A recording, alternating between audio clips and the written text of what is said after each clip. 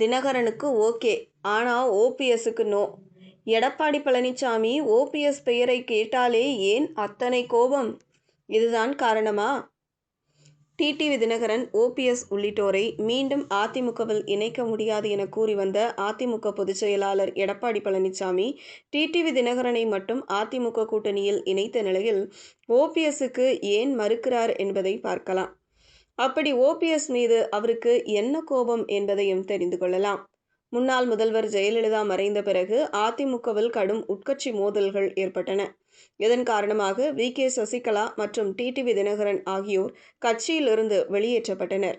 பின்னர் ஓபிஎஸ்ஸும் எடப்பாடி பழனிசாமியும் அதிமுகவிற்கு இரட்டை தலைமையாக இருந்தனர். அதிமுகவில் ஒற்றை தலைமை என்ற கோஷம் எழுந்த நிலையில் ஓபிஎஸ் அதற்கு சம்மதிக்கவில்லை. இதனால் கோர்ட்டுக்கு சென்றார். பின்னர் அதிமுக பொதுக்குழு கூட்டத்தை கூட்டி கடந்த 2022ஆம் ஆண்டு அவர் நீக்கப்பட்டார்.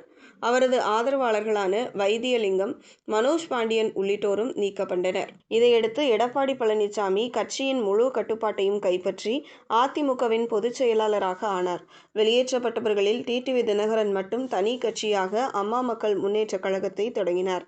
இந்த நிலையில் முன்பு எடப்பாடி பழனிசாமியை கடுமையாக துரோகி என விமர்சித்த தினகரன் தற்போது அதிமுக இடம்பெற்றுள்ள தேசிய ஜனநாயக கூட்டணியில் இணைந்துள்ளார். இதனை அக்கூட்டணியின் முதல்வர் வேட்பாளரான எடப்பாடி பழனிசாமியும் ஏற்றுக்கொண்டார். அதே நேரத்தில் அதிமுக ஒற்றுமை வேண்டும் என்று தொடர்ந்து பேசி வந்த முன்னாள் அமைச்சர் கே.ஏ. செங்கோட்டையன் அது சாத்தியமில்லை என முடிவு செய்து நடிகர் விஜயின் தமிழக வெற்றி கழகத்தில் இணைந்தார். ஓ. பன்னீர்செல்வம் அதிமுக தொண்டர் உரிமை மீட்பு கழகம் என்ற அமைப்பை உருவாக்கி அதிமுகவை ஒருங்கிணைக்க முயற்சித்தார். நீண்ட நாட்களாக அமைதியாக இருந்தார். அவர் விஜயின் கட்சியில் சேரலாம் என்ற பேச்சும் இருந்தது. இதனிடையே சேகர்பாபுவுடன் அவர் சட்டசபை சபாநாயகர் அப்பாவு அறையில் ஆலோசனை செய்ததால் அவர் திமுகவில் இணைவார் என சொல்லப்பட்டது. இந்த நிலையில் பெரியகுளத்தில் தனது ஆதரவாளர்களிடம் பேசிய அவர், நான் அதிமுகவில் சேர தயாராக இருக்கிறேன். எடப்பாடி பழனிசாமியும் தினகரனும் தயாரா என்று கேள்வி எழுப்பி அரசியல் வட்டாரத்தில் பரபரப்பை ஏற்படுத்தினார். ஆனால் பன்னீர்செல்வத்தின் இந்த கோரிக்கையை எடப்பாடி பழனிசாமி உடனடியாக நிராகரித்தார். இதனால் முன்பு துரோகி என அழைத்த தினகரனை ஏற்றுக்கொண்டவர் பன்னீர்செல்வத்தை ஏன் மறுக்கிறார் என்ற கேள்வி எழுந்தது. இதற்கான காரணம் என்னவென்றால், கட்சியின் முழு கட்டுப்பாடும் தன்னிடமே இருக்க வேண்டும் என்பதே எடப்பாடி பழனிசாமியின் முக்கிய நோக்கம் என கூறப்படுகிறது. தினகரன் தனி கட்சி நடத்துவதால் அவரை கூட்டணியில் சேர்த்தால் அதிமுகவில் உள் பிரச்சனை ஏற்படாது என்று பழனிசாமி கருதுகிறார்.